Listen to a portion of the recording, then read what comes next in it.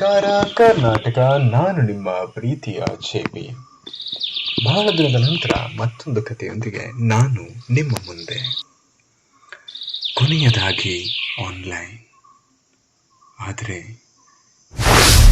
ಯಾರಿಗೂ ಗೊತ್ತಿರಲಿಲ್ಲ. ಒಂದು ಚಿಕ್ಕ ಊರಲ್ಲಿ ಅಜಯ್ ಎಂಬ ಹುಡುಗ ಇರ್ತಾನೆ. ಅವನ ಜೀವನ ತುಂಬಾ ಸಾಮಾನ್ಯವಾಗಿರುತ್ತೆ.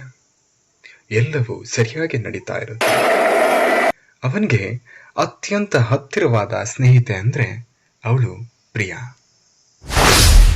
ಅವರು ಪ್ರತಿದಿನ ಮಾತಾಡ್ತಾ ಇರ್ತಾರೆ, ಮೊಬೈಲ್ನಲ್ಲಿ ಮೆಸೇಜ್ ಮಾಡ್ತಾ ಇರ್ತಾರೆ, ಕಾಲ್ ಮಾಡ್ತಾ ಇರ್ತಾರೆ, ಜೊತೆಗೆ ಸಮಯನ ಕಳೀತಾ ಇರ್ತಾರೆ. ಆದರೆ ಒಂದು ದಿನ ಪ್ರಿಯಾ ಹಠಾತ್ ಆಗಿ ಕಾಣೆಯಾಗ್ತಾಳೆ. ಯಾರಿಗೂ ಅವಳ ಬಗ್ಗೆ ಮಾಹಿತಿ ಇರೋದಿಲ್ಲ. ಅವಳ ಫೋನ್ ಸ್ವಿಚ್ ಆಫ್ ಆಗಿರುತ್ತೆ.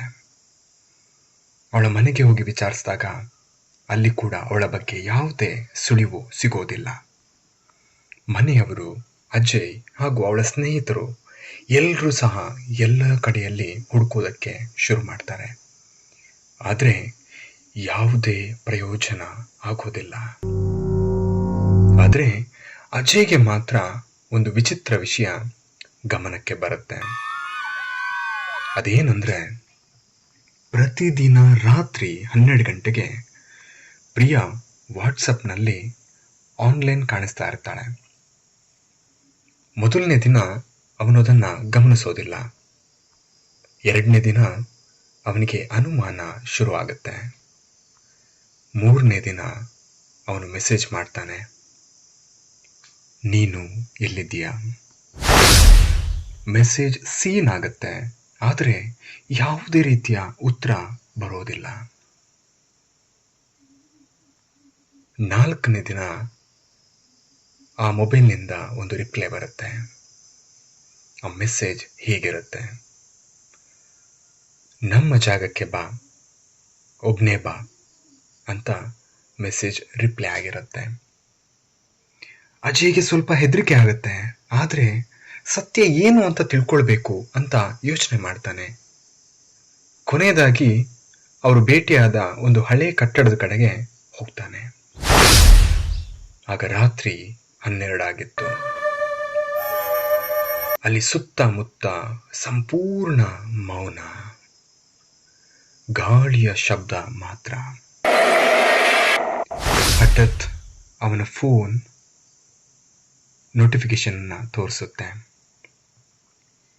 ಅಲ್ಲಿ ಹೀಗೆ ಬರೆದಿರುತ್ತೆ, ನಾನು ನಿನ್ನ ಹಿಂದೆ ನಿಂತಿದ್ದೀನಿ. ಅಜಯ್ ನಿಧಾನವಾಗಿ ಹಿಂದಕ್ಕೆ ತಿರುಗ್ತಾನೆ.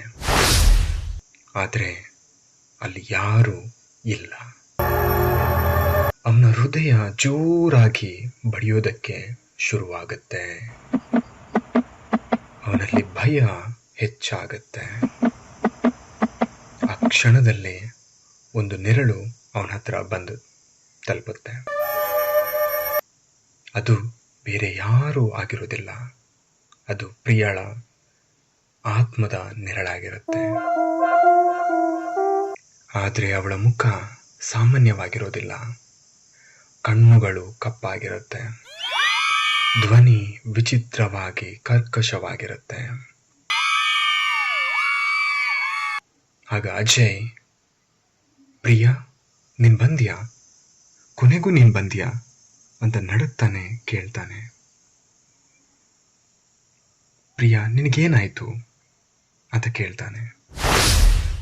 ಆಗ ಪ್ರಿಯಾ ಯಾವುದೇ ರೀತಿಯಾದಂತಹ ಮಾತನ್ನ ಆಡೋದಿಲ್ಲ. ಕೇವಲ ನಿಧಾನವಾಗಿ ನಗೋದಕ್ಕೆ ಶುರು ಮಾಡ್ತಾಳೆ.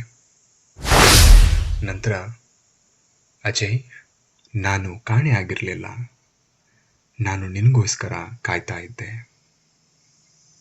ಅಷ್ಟರಲ್ಲಿ ಅವಳು ಅಲ್ಲಿಂದ ಕಣ್ಮರೆ ಆಗ್ತಾಳೆ. ಅಜಯ್ ಬೆಚ್ಚಿ ಬೀಳ್ತಾನೆ. ಅಲ್ಲಿಂದ ಓಡೋದಕ್ಕೆ ಶುರು ಮಾಡ್ತಾನೆ. ಓಡ್ತಾ ಓಡ್ತಾ ಅವನ ಮನೆಯನ್ನ ತಲುಪ್ತಾನೆ. ಮಾರನೇ ದಿನ ಒಂದು ಪೊಲೀಸ್ ರಿಪೋರ್ಟ್ ಪ್ರಿಯಾಳ ಮನೆಗೆ ಬರುತ್ತೆ. ಆ ರಿಪೋರ್ಟ್ನಲ್ಲಿ ಹೀಗೆ ಬರೆದಿರುತ್ತೆ,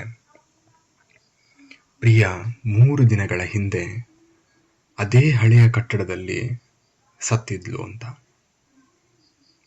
ಆದರೆ ಅಜಯ್ನ ಫೋನ್ನಲ್ಲಿ ಇನ್ನೂ ಕೂಡ ಪ್ರಿಯಾ ಟೈಪಿಂಗ್ ಅಂತ ತೋರಿಸುತ್ತೆ.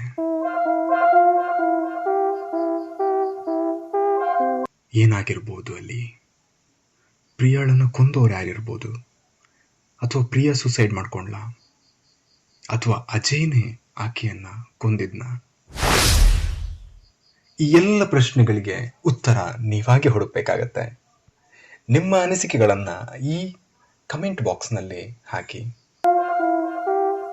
ಇರುವಷ್ಟು ದಿನ ಖುಷಿಯಿಂದ ಇರಿ, ಹಾಗೆ ಆ ಖುಷಿನ ಎಲ್ರಿಗೂ ಹಂಚಿ ಅಂತ ಹೇಳ್ತಾ ಈ ಚಿಕ್ಕ ಕಥೆಯನ್ನ ಇಲ್ಲಿಗೆ ಮುಗಿಸ್ತಾ ಇದ್ದೀನಿ.